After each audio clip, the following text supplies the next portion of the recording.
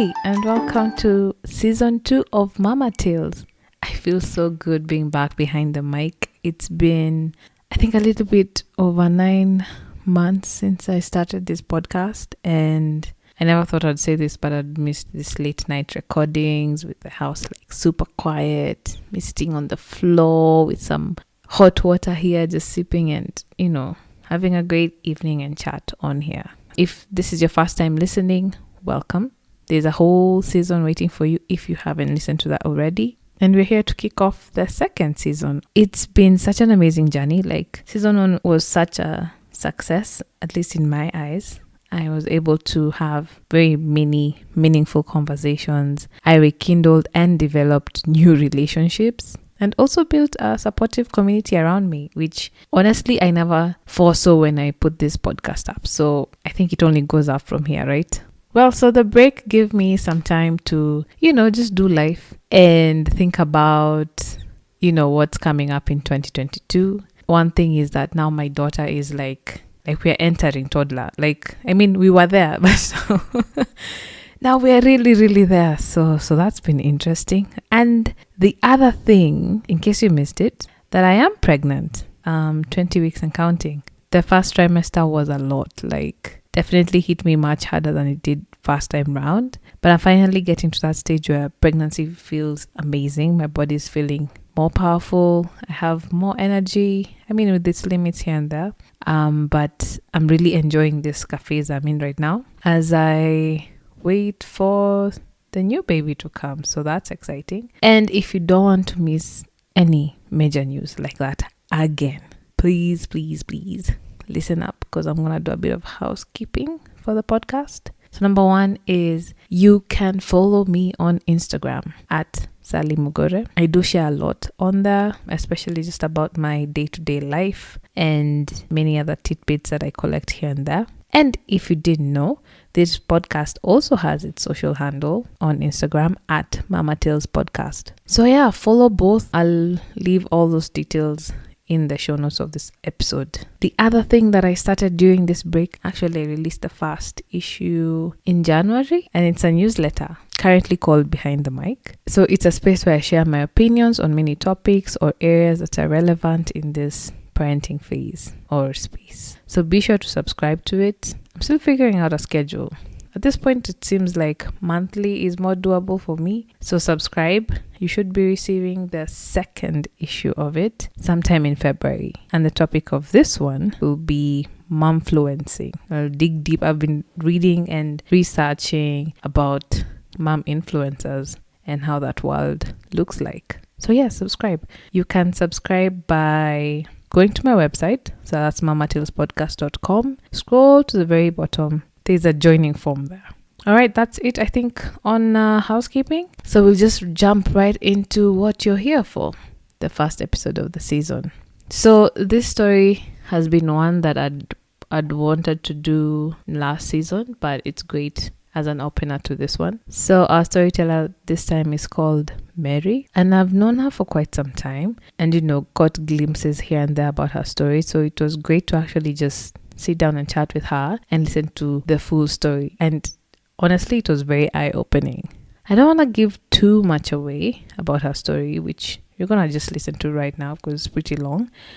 But she faced situations we wouldn't want to be in at all. From having a baby young and juggling that with school, to being at the heart of a global pandemic.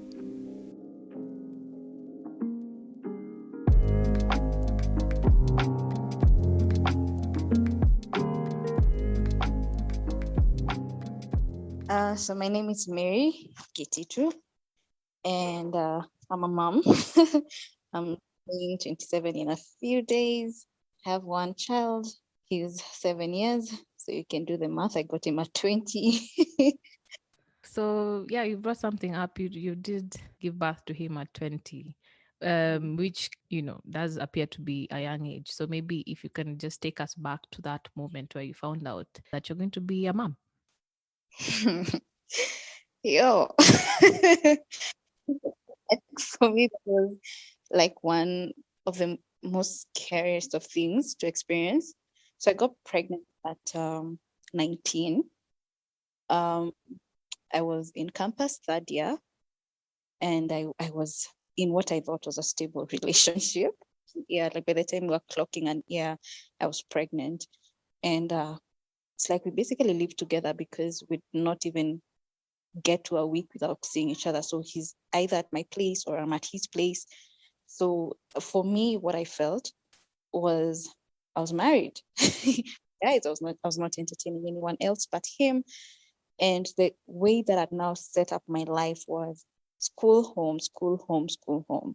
It got to a point I didn't even think I had a social life. Like he was my social life, was everything to me because I knew this is it. This is where we're headed. It's the person that I'm settling down with. So when I got pregnant, I told him and I was like, are you sure? Okay, just another test in the morning, when you've not eaten anything, just to be sure. And don't buy one strip, buy like two. I told him, yeah, I'm actually pregnant. So for us, it caught us a bit off guard. And we were very confused because even for him, he wasn't stable financially. I'm in school. My mom is an ordained minister in church. So I'm just like, okay, bruh, what do we do? So it was very conflicting. And of course, the thought of let's just get rid of this pregnancy came. And yeah, it was really bad. Actually, the decision to keep the baby came when I was already at a doctor's place, you know, just having that consultation with the doctor and being like, yeah, I don't think I'm ready for this. Can we just, and it's in that office that the doctor noticed, oh, these two people have not really agreed. And, for me, I'd hidden from him, and we're just heading to one place. And then Nikajificha and I went to a different place altogether. And then the person figured out because we really had, a back and forth concerning keeping the baby. So he figured, oh, I think she's in this particular place now that we've been talking about it. So he got me there and then he's like, okay, sawa. So Daktari akasema, hey, I think you guys just need to sit here in my office and decide exactly what you want to do. And then when you are settled, I'll come back and yeah, you'll tell me what decision you'd have made. So it's in that office that we sat and we started talking about it. And it's like, no, I want you to keep the baby. I'm going to support you. I want us to do this. So let's just get on this journey. Let's see how this thing actually works out. So yeah, that's where the decision was made. And yeah, he was very supportive, very supportive. As much as he didn't have much to give, and I also didn't have anything to give because I'm depending on pocket money.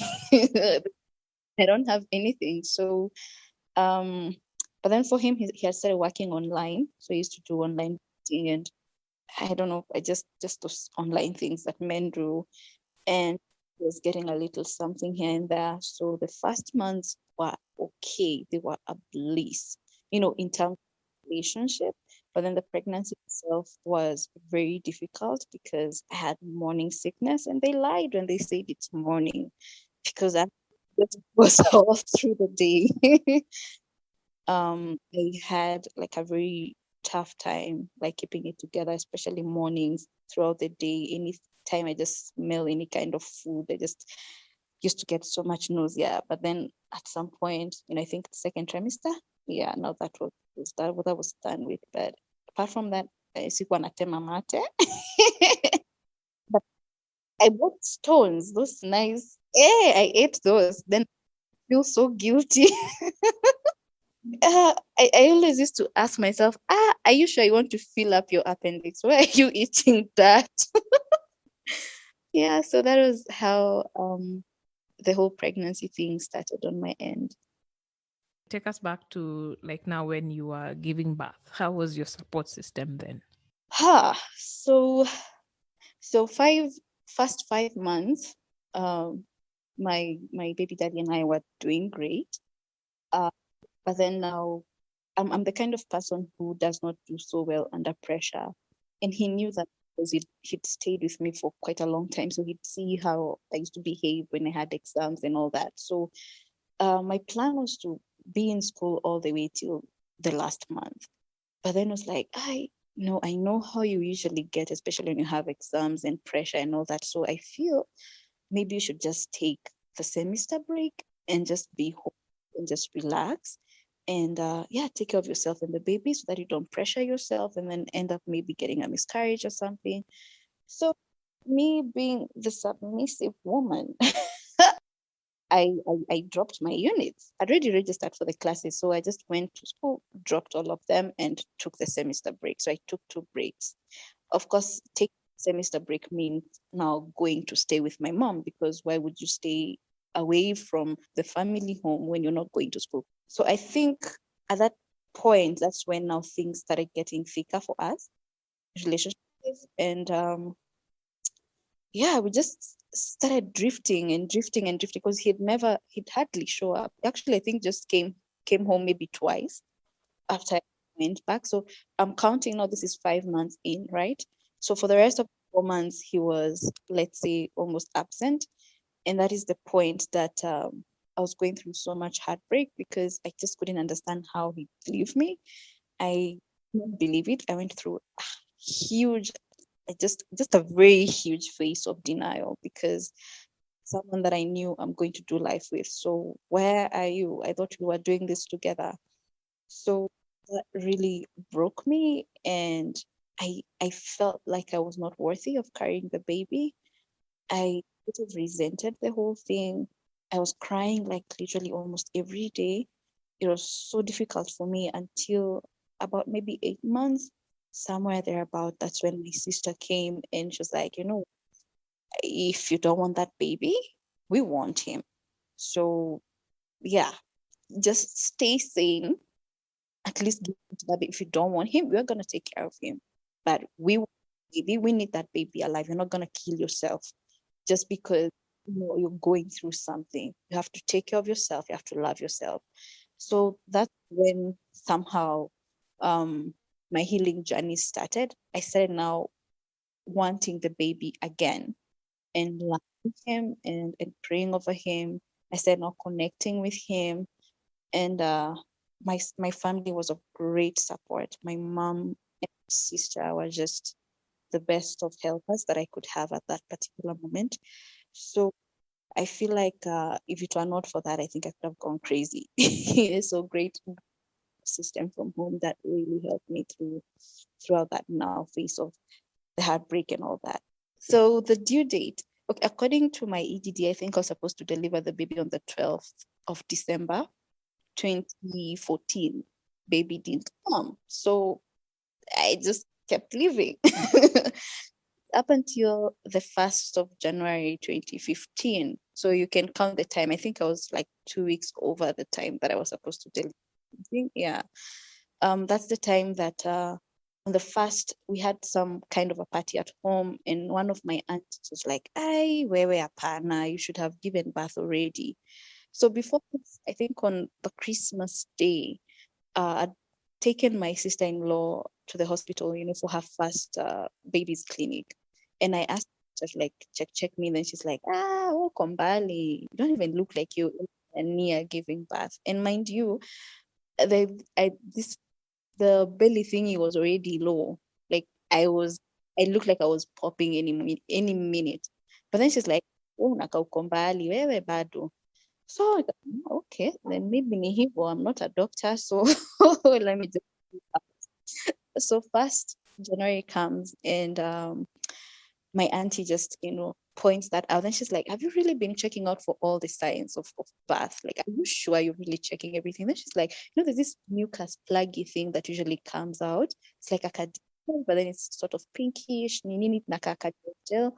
Go check that out. Maybe that would be one of the signs." So I actually do that. That very day, I went to the washroom, and I'm like, "Oh my god, it's here!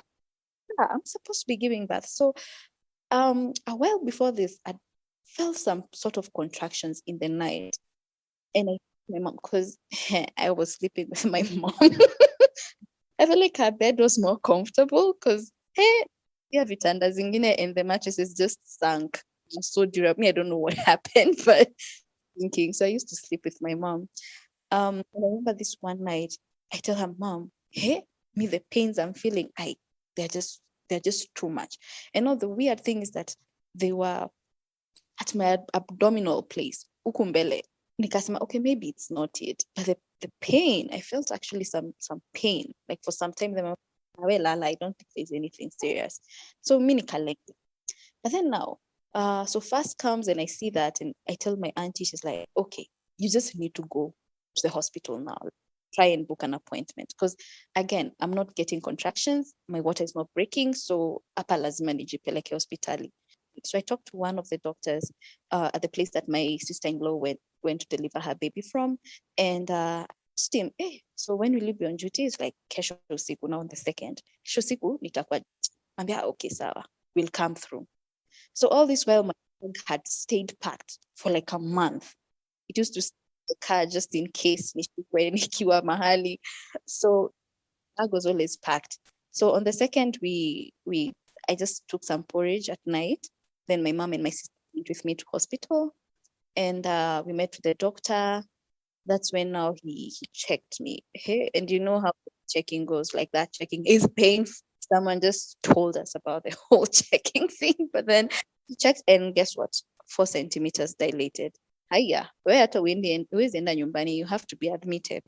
I'm like, okay, so I was not expecting this. So he tries to he gave me some meds to like try and quicken the labor, but then nothing was working then.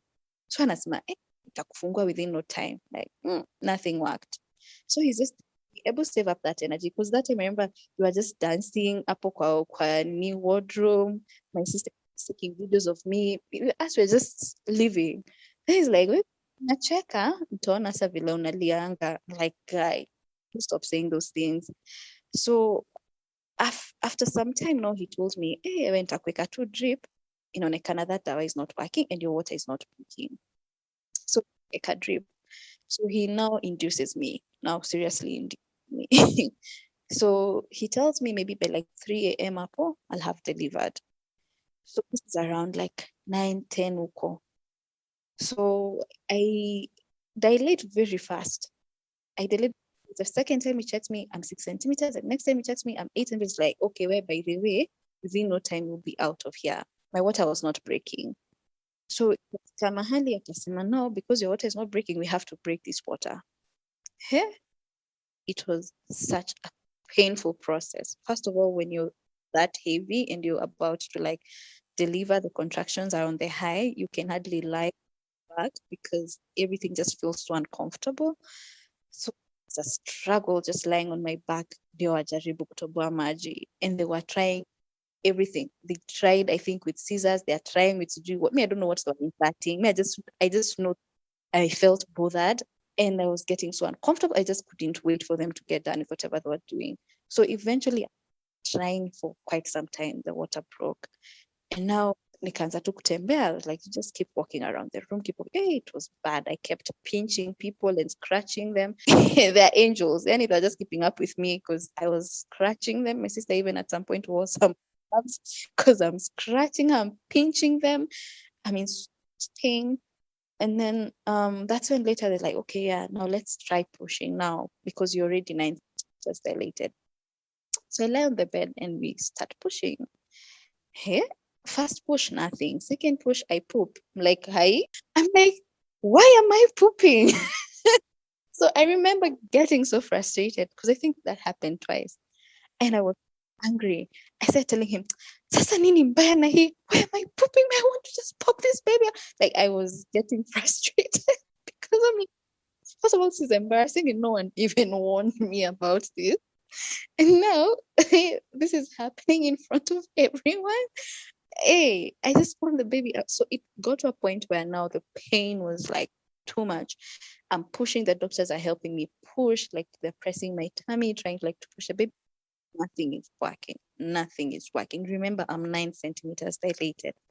Eventually, the doctor he starts asking me my age. I'm like, I'm old enough. Why are you asking me my age?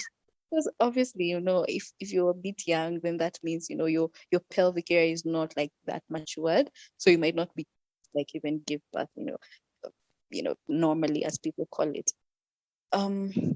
So now I hear him whispering to my mom, is like, hey, this one has to be emergency CS because mtoto hashuki, ni kama amekwama mahali, tumejaribu, nothing is working. So I feel she should just, go for a C-section. So my mom is like, what are you saying? Yeah, then anakani kama even her cervix imepata some kind of a, what is it called? When you fura. Yeah, it's like I've gotten some kind of a thingy growing. Okay, he was saying that it's because of um, an elongated labor process. So my cervix kind of ikapata some stuff ikagrow because of the stress coming with the labor.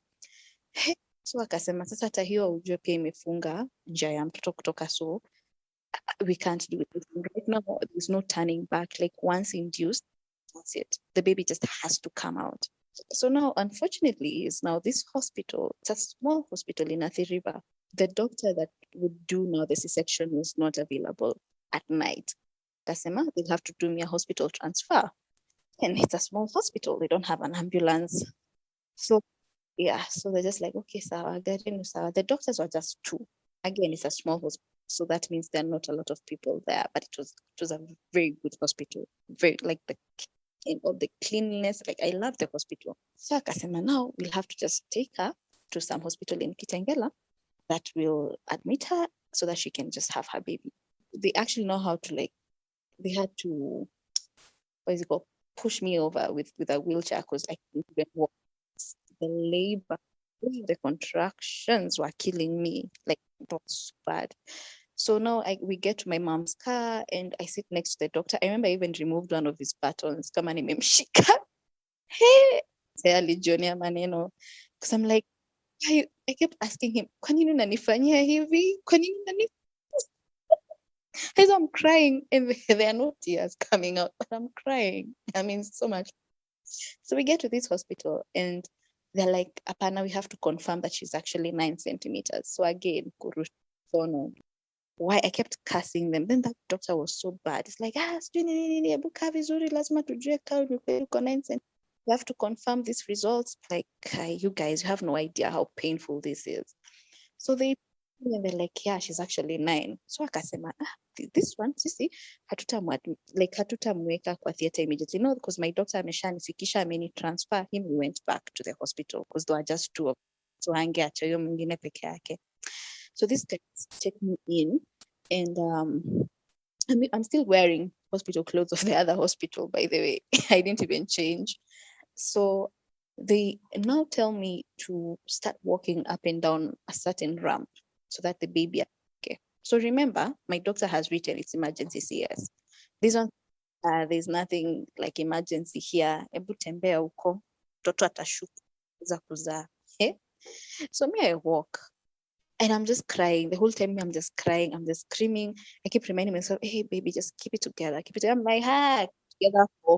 I can't do this anymore. I started screaming. Like, I'm expressing myself.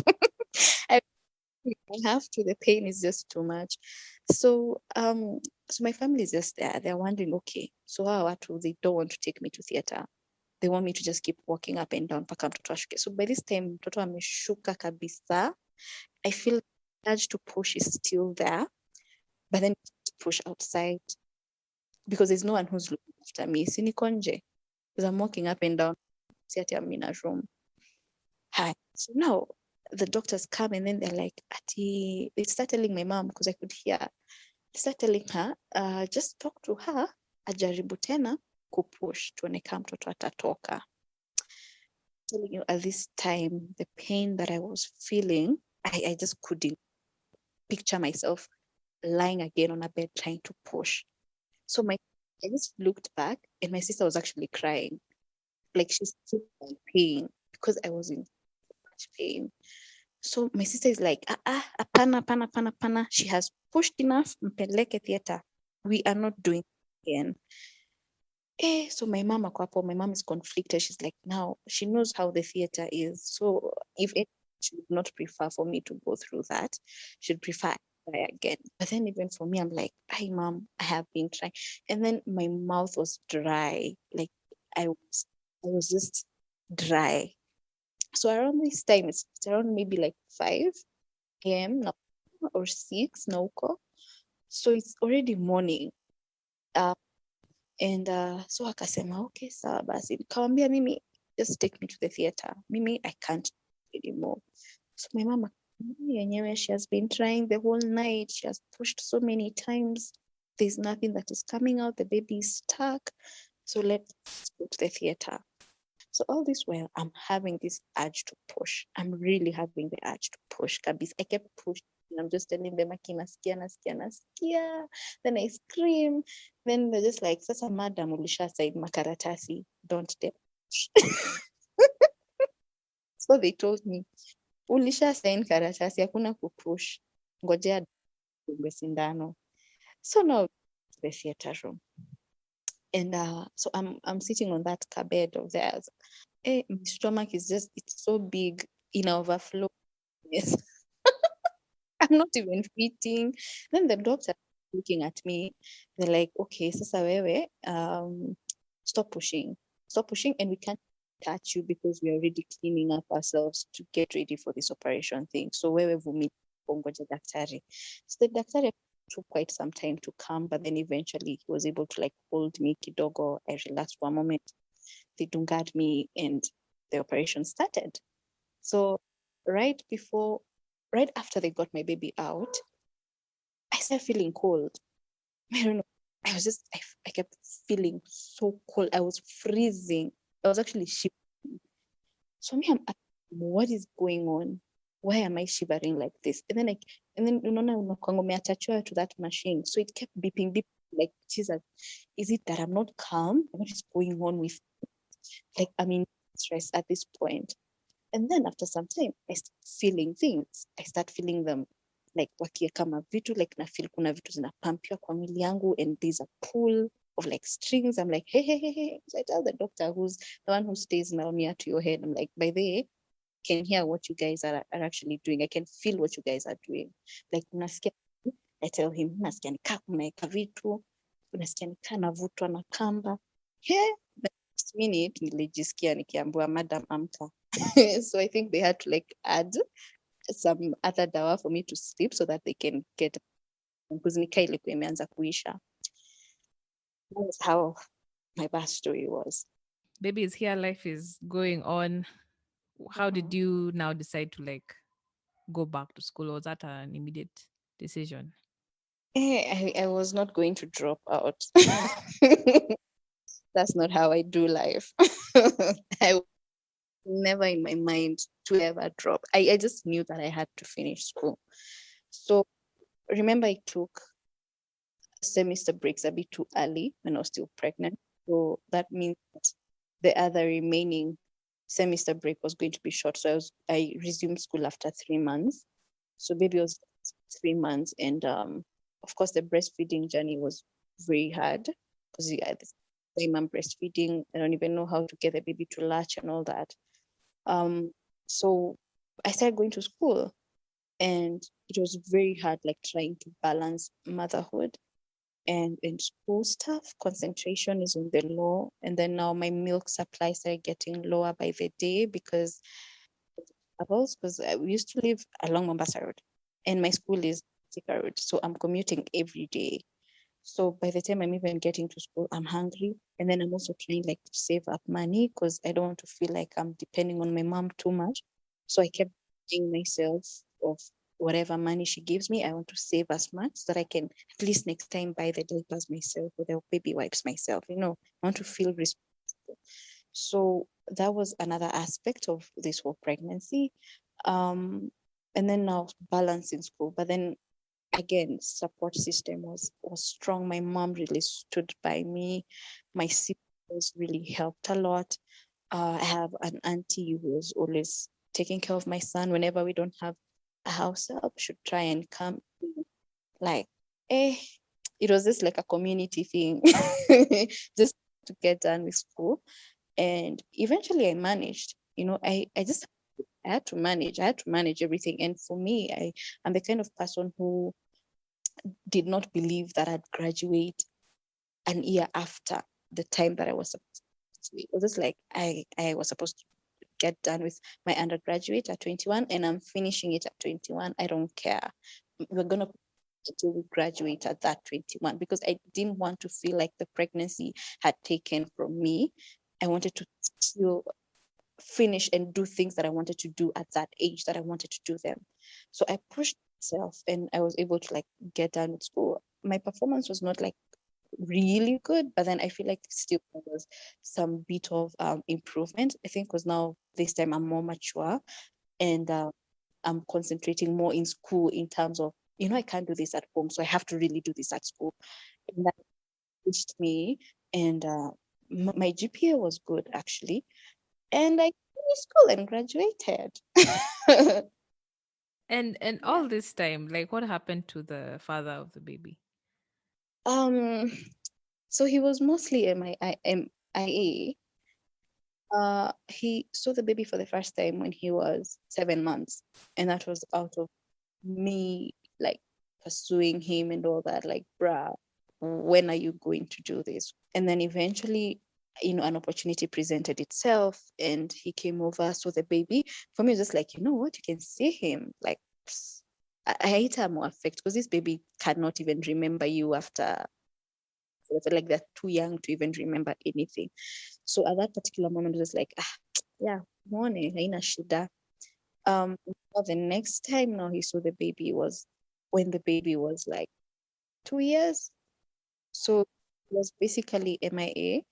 We were not in communication.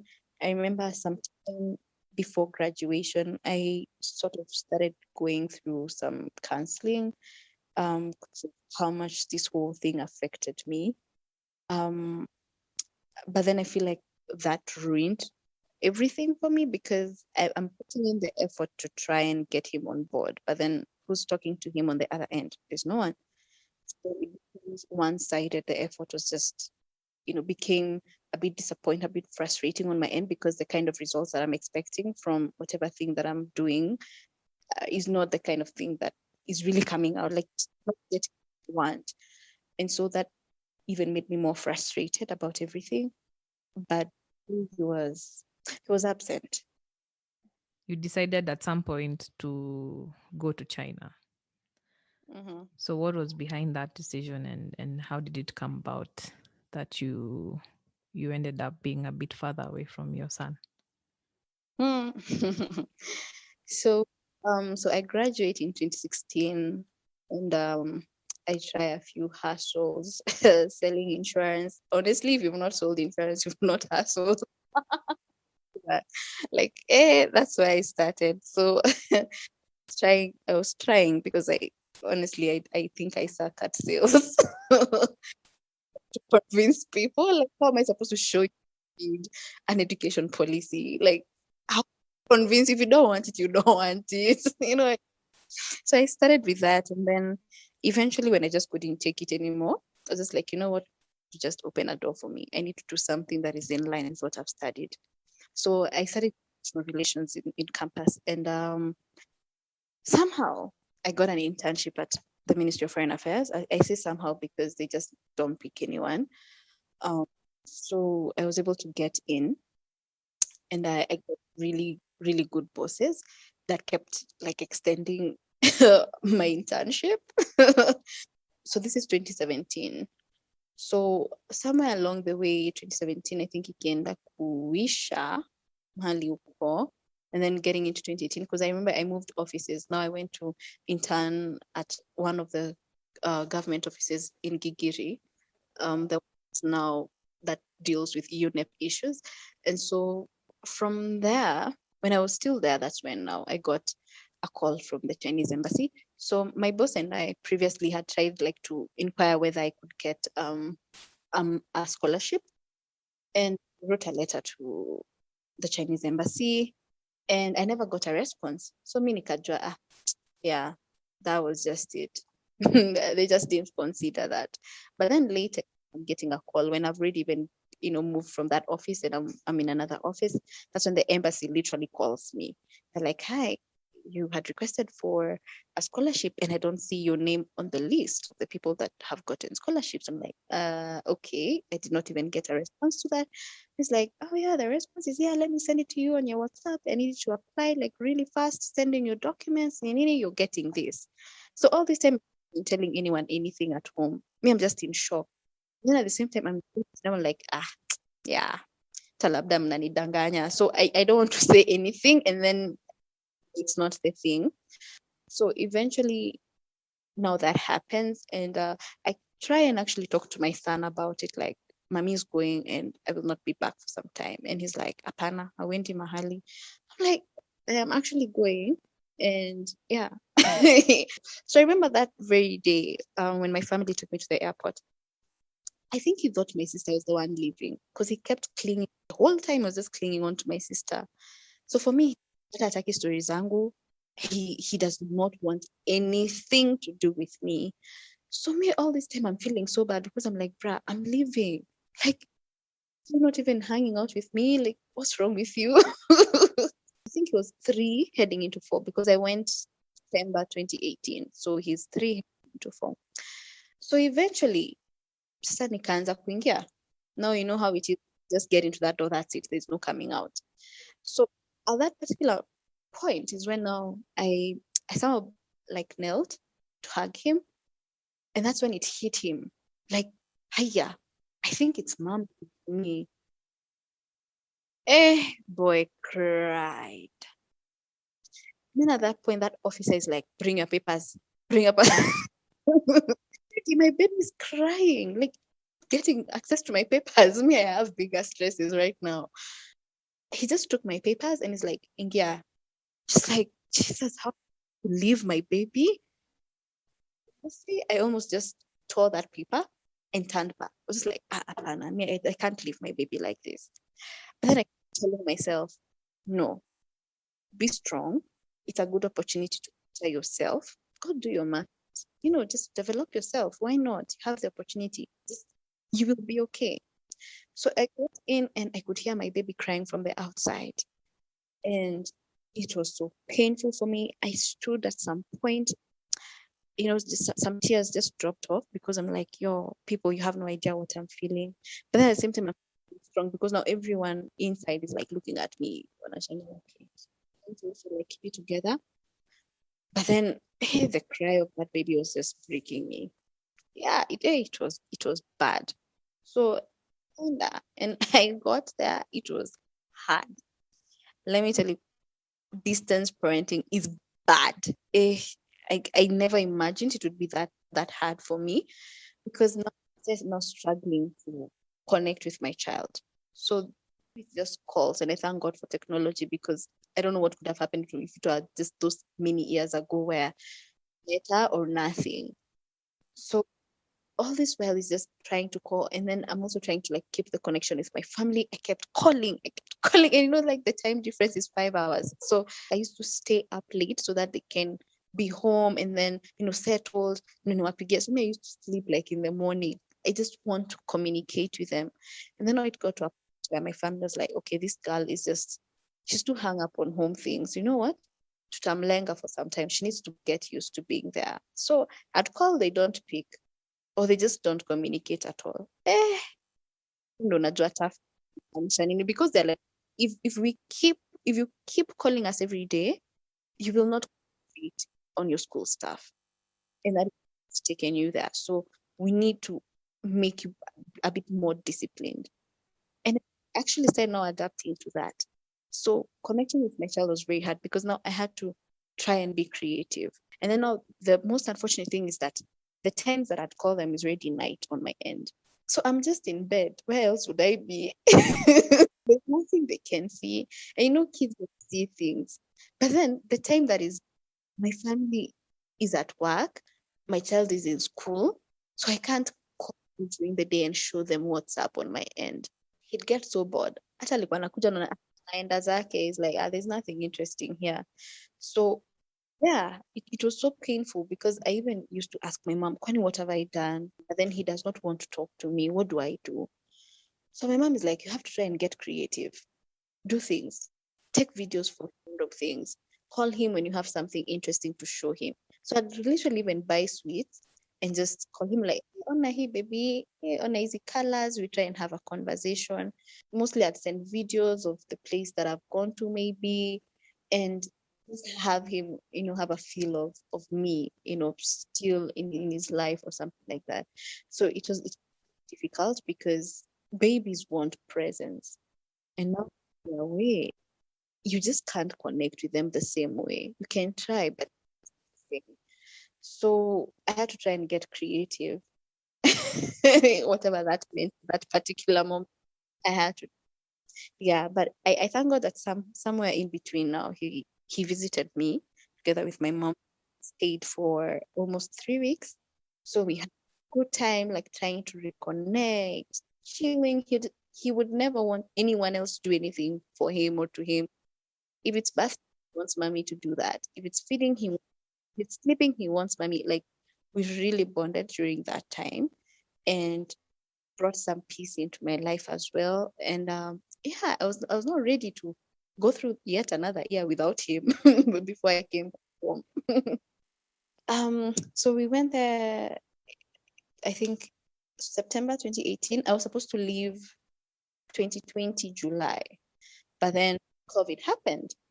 And yeah, we all know it started in Wuhan, and that's exactly where I was. I remember when the pandemic hit, right? And they were talking about Wuhan, and I'm like, but wait, haven't I seen that you've said you were in Wuhan? So I was like, in what universe do I know someone who is in Wuhan at this exact moment? Yeah. And I was like, how are you even staying sane at this exact moment? Because apana, for us it seemed like, okay, fine, it's far. Nah, Yeah. that one won't. No, it won't sumbua us really, right? Up until to the point it's sumboing us, and then you're like, hey, but Mary was there from the very beginning. So yeah, so maybe let's talk about the pandemic coming right at the heart, and you're at the heart and center of it, Yes. right? You're in Wuhan, Hmm. right? When the world is now discovering that there's a place called Wuhan. So actually, the weird thing, or is it the funny? I don't know how to term it, but then Wuhan is a really big city in China. Actually, really, just that when we are outside, we only know of Shanghai and Guangzhou, but then in Beijing, but then we know about these other cities. But China is just full. It has a lot of people, and Wuhan has around like 11 million people.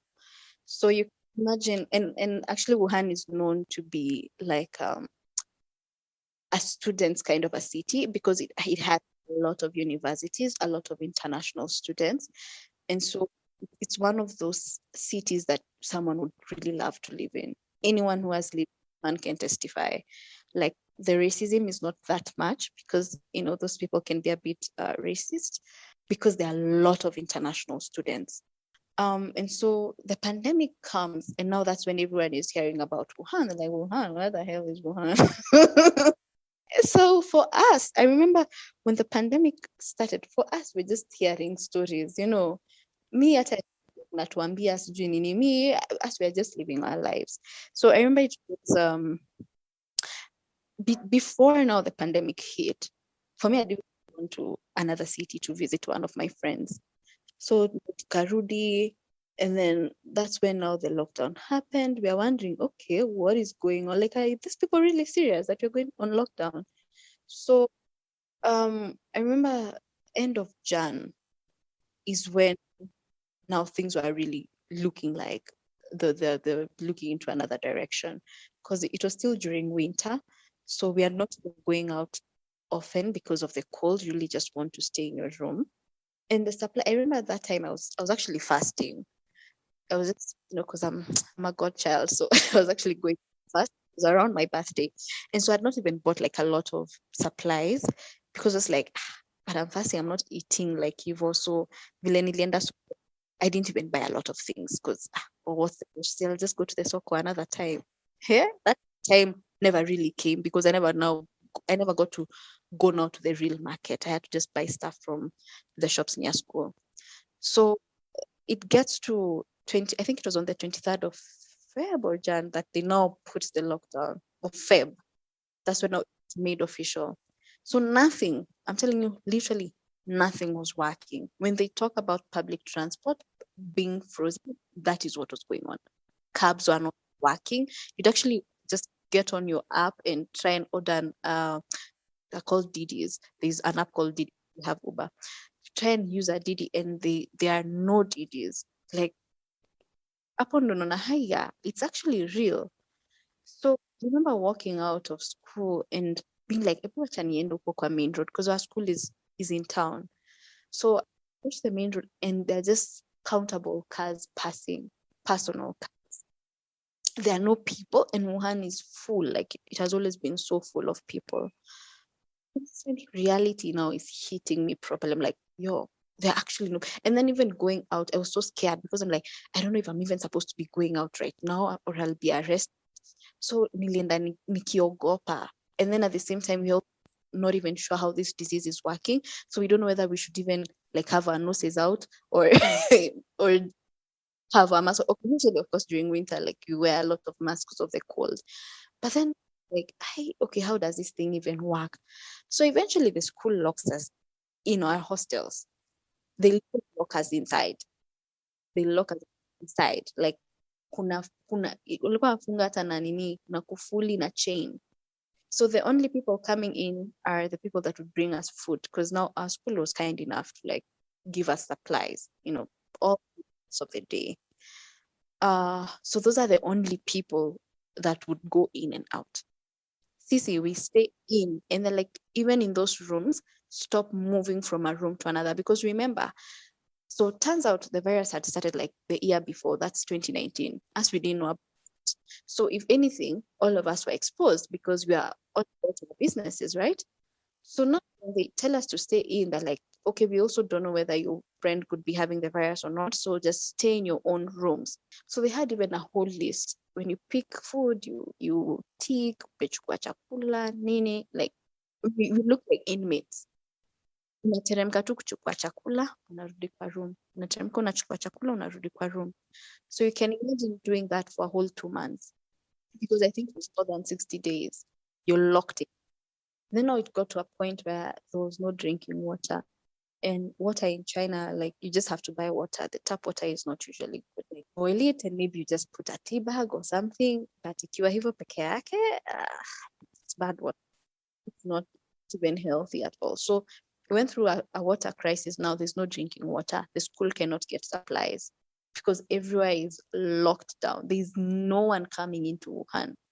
So if any supplies from it, Azizi India, Wuhan, the people in Wuhan are a big population. I told you, everyone wants that water. The school didn't have water. So but not to source for water. I remember even when it came to like personal supplies, you need pads as a girl, like you need soap and all that. So now they had to come up with a system, a structure of how they'd be shopping for us. So the school used to shop for us. So the people that are able to be out, like the administrators, so unaandika list. They used to have days where they'd go do shopping for us. The thing was just so pricey because they're also not getting supplies. That's how we were living, staying in the room, or going out. So yeah, it was tough for me mentally, emotionally. I was dying because you're in place every day. You're thinking about the bad thing that could happen from the virus, and then now really also trying to like educate people about the virus. I remember, posting some videos on my IG. I'm like telling people you need to wear a mask, you need to be careful. We're wearing masks because of this, we're being contained because of I was trying like to just bring some sort of awareness. But then as we are, tunaona hii ni jokes, hii haitafika. But it was bad. It was bad. Me, I will not lie. But this is something that we always say, that the people who are in Wuhan at that particular moment will be like those people that went to the Vietnam War. They never talk about what happened because they can't really see it and no one can really understand. Honestly, that is how it feels. And how was your family back at home? Like right now, you're pretty much at the heart of it. So my mom was worried anytime, no, before they locked us in our dorms, like every time I tell her that I'm moving out of the dorm to go and probably get supplies, like, Ebu, talk now, usirudi tena nje, stay in your room. She used to panic so much. Then now when we were locked in, they were really trying to encourage me. Now I had more time with them. That's when now I even do my own stuff. Like I was studying, I was trying to keep my mind very occupied. Remember, like we're still in the midst of a semester. I was due for graduation, so I needed to prepare even for defending my thesis and all that stuff. I was writing some papers, I was doing some online courses. These things were just meant to keep me sane. I just kept my mind idle. I think I could have blown up. So on this other end, my mom is now trying to like push for evacuation. So we were trying at end to push for evacuation, but then the barriers. And then now like everyone in Kenya is just scared of these people in Wuhan. Oh, watatuletea ugonjwa, sijui locked in for 2 months. None of us go anywhere. We are not sick. And if Kenya says we quarantine for even 21 days, we will comply. We just want to be, because honestly, don't want to be going through such a thing and you're far away from your family. It's not. So my mom on this end is fighting. I remember she even went to parliament. She's trying to push the motion for the students to come back home. Us on this other end, we are trying to mobilize the students. Let's keep pushing the government. Let's see if we can come home and all that. But then none of that happened. But I was receiving like a lot of encouragement from home. Yeah, everyone is just like, no, you'll be fine. Let's just wait for that time for you to come home. I remember now time is due, right? I was supposed to put in July. So yeah, but then now actually leave, not even graduating, leave by July somewhere thereabout. I think supposed to have left. So now we graduated even late. I think we did. Was it on the 31st of July? I think. And they were even not even sure whether we'd have like the ceremony. Then I think they decided, you know what? Now because walikuwa wameanza kutufungua, though we'd not go it would just be around the school premises. So wakasema, let's just do something at least for the international students. So we had two separate graduations. So for the Chinese first, and then we had ours later. So all this time now, everyone is wondering, how will she come back home? There are no flights. Nothing is going on. So that became another stressor. How will I come back home?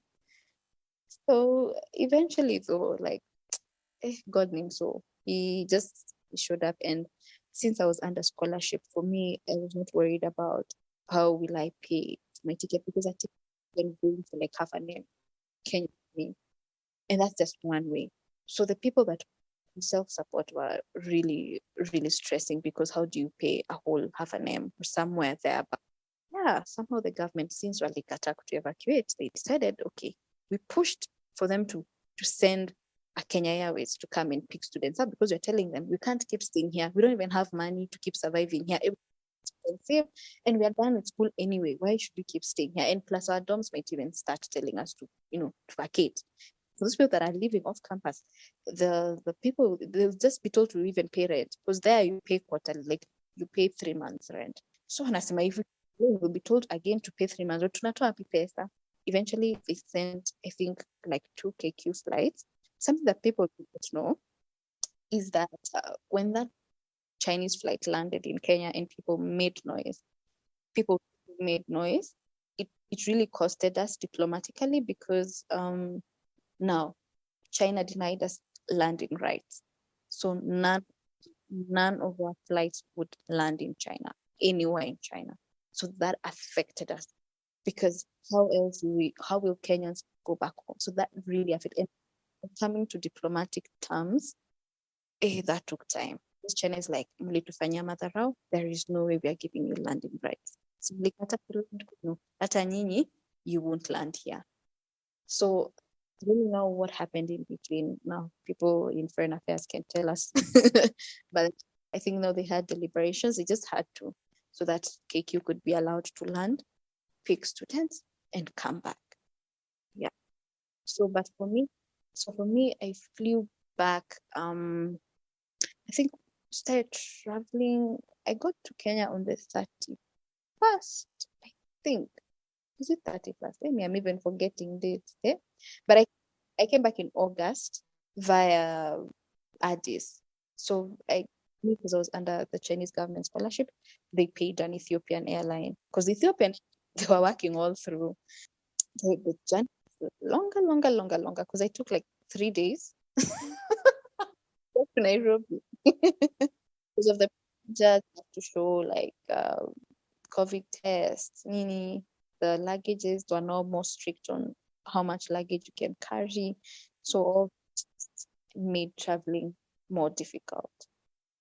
Wow. But, thank the Lord you came back. You are free of COVID. You are good, which is something to be thankful for. So, to kind of just wrap it up. So, you come back home and then you release a book, right? Maybe you can just Yeah. talk a little bit about the book.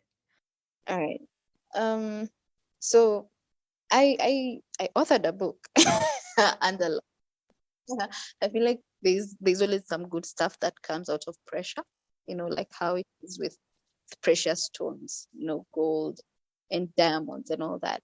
So it's in the midst of that place of pressure, that place where I was probably even depressed, I don't know. But then it's out of that place that I birthed a book. It's called Broken Vessel. Um, so I basically talk about my life. Like this is a time that I also had some good time with God and myself.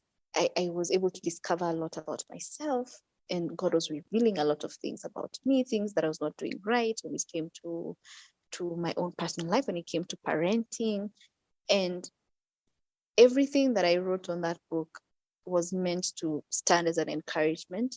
Oh, it was meant to stir up faith and hope, that you could really be like lost because um I've been raised a Christian, and at some point like everything was just going south, especially now after getting my baby and the breakup that was there. Like it really affected me in ways that I never thought it would, and so I lost myself in between. And so this book is just literally talking about that phase of my life and then coming out of that and being whole and identifying myself and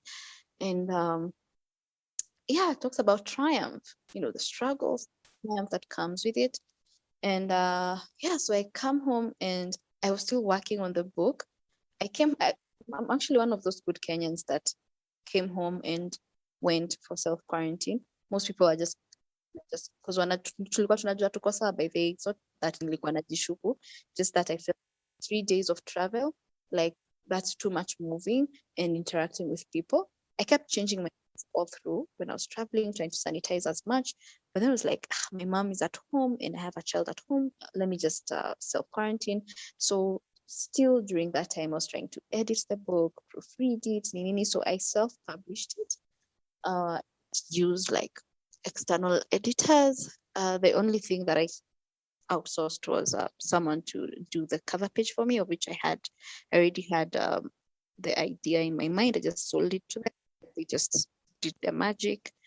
I worked with one of my friends to like proofread, and so I released the book in May last year. It has been an amazing journey, something that I never would happen, but yeah, a whole author. Yeah, you also do some stuff online, right? I've seen a lot of your engagement with like moms and all that. So what's the drive behind that? Behind like supporting moms? Right before I came back, like I kept feeling like I wanted to do a business. I think for me, it was just about, yeah, let me sell some stuff. And the motivation behind that was when I was pregnant, I could not like get good stuff and just cute stuff for expected still young. Like you honestly just don't want to wear those dresses that your mother when you look 80. You don't want those. So that was what drove me into starting the business, Mama Toto. I partnered with my sister in that. And in between, I was like, okay, selling clothes and accessories for expectant and nursing moms is not enough. It's good to engage my audience. So I started small. Honestly, I didn't even know what I was doing. I'm not much of a social media person. Like, I prefer to just talk and not trying to engage people virtually. That is just hard. But then now I was just like, okay, let me try. Let me try this thing. And so I started having a forum every Saturday morning, have a topic to cover on everything motherhood, because I know how difficult sometimes motherhood can get, especially for first time moms. So for me, it's just about enlightening moms and also getting to know ourselves, taking care of ourselves, because we also talk about hygiene, talk about issues to do with violence. Like, I cover any topic that comes up that is trending and that affects women and children as well. And yeah, that's the drive. Like, I just want to create an environment where women can also talk and express themselves. And I also get to give my input. I won't say I'm an expert. Honestly, I only have one child. Maybe if someone has of experience, they could call themselves experts. But then I know a thing or two on motherhood. And at the same time, it also challenges me to do some research, which good. It also keeps me on my toes. Yeah. One thing I'll say is never give up. That's a mantra that I've come to like really hold on to, because the Bible is clear. Like, you'll fall 7, rise up 8. Fall, rise. Just whatever you do, just keep rising and keep moving, because the more you sit there and cry over and just keep holding pity parties, like, they won't do anything for you. Don't give up on your dreams. Keep pursuing those dreams. Keep bettering yourself. There's nothing as amazing as self-development. If you have interest in something, go ahead and pursue it. You like cooking, do a course, or just, indulge yourself in YouTube stuff that are motivate, things that you love, things that give you peace and joy, and put yourself first. It's very important that you take care of your mental health, because if you care mentally, emotionally, you will bring up broken children, and none of us wants that. So in terms of motherhood, ensure that you're okay. If you need time out, because personally sometimes I take time out and I'm just, you know what, baby, this weekend I'll just go over to my sister's where we can nyumbani, I'll see you tomorrow. When I just feel like to just get some steam off so that I can better take care of him and rejuvenate and be good for him, because you want to bring up children that are whole, and at the same time children feel the energy that is being produced anywhere. Like, how you relate with them matters a lot. They can always tell the energy you're moving with. So if you're not okay, they'll feel that. If you're stressed, they'll feel that. If you're not happy, they will feel that. So ensure that you keep bettering yourself. Don't project things on your child. And something that really also helped me when I was in, also did a course under the UN Convention on the Rights of the Child. So children actually have rights. And when I was going through the course, it really challenged me at a mother sees, like, I was just like, yo, okay, Sarah, okay, my child, okay, I should let him discover things, I should let him touch things, because they're saying mtoto anachukua kikombe anamwaga maji, like, wanataka tu kuona nini itafanyika, to annoy you. That's not the intention for them experimenting things, and so it made me also want to take parenting easy. I need to take it itself, otherwise nitajipea pressure for nothing and it will not help. So yeah, self-development, very important. Your emotional health, very important. And just always being in that place of peace. If you need a break, take it.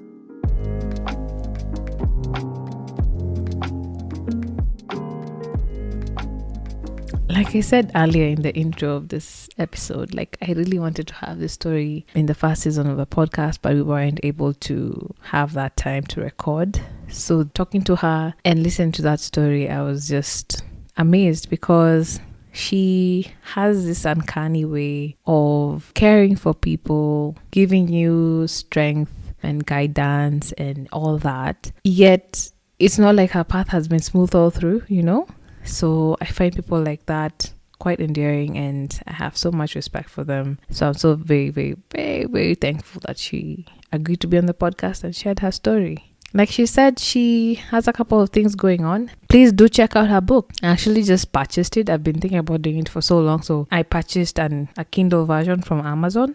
So this is an excerpt that I got from her listing on Amazon. It should give us an idea of what to expect in the book.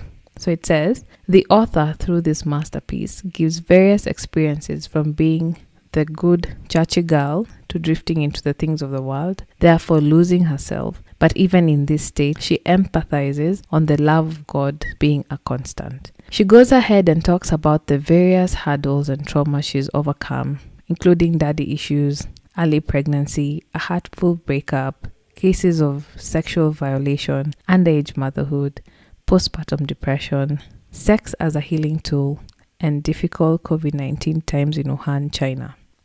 You can get it either as an ebook on Kindle like I did, or even just use a free app. If you prefer a hard copy, like you want to feel that book in your hands, right? She does have physical copies of the book. Give me 1 minute, I check my messages. She did send me a message on how to get your hands on one. Oh yeah, found it. She says physical copies are available at Scripture Union Bookstore in Hurlingham. Or you can directly just DM her, either on her personal Instagram or her business/social/empowering Instagram page, Mama Toto. Again, I'll just leave everything in the show notes. Just DM her and tell her you want a physical copy. Should be around 900 bob. Alright, that's a wrap on the very first episode of season 2 Mama Tales. I'm so happy to be back. I think I've said that a million times. And because we are back, I am taking this time to ask you to share your story. Like, guys, we'd love to hear your story. Every story is powerful. I cannot say that enough. And there are currently 3 ways you can do that, or like let me know that you want to share your story. 1, go to the podcast's website. So that's mamatalespodcast.com. And you'll find a link to a form that will let me know that you're interested in sharing your story and give a little bit about what that story is. Shouldn't take you more than 2 to 3 minutes to fill out. You can also drop me an email. The email address is mamatalespod@gmail.com. And last but not least, you can reach me on the DMs on either of the 2 Instagram handles. So that's mamatalespodcast and @salimugure. All right, that's it. Thank you so much for listening to this episode thus far. Really, truly appreciate it. I'll catch you in the next one. Bye.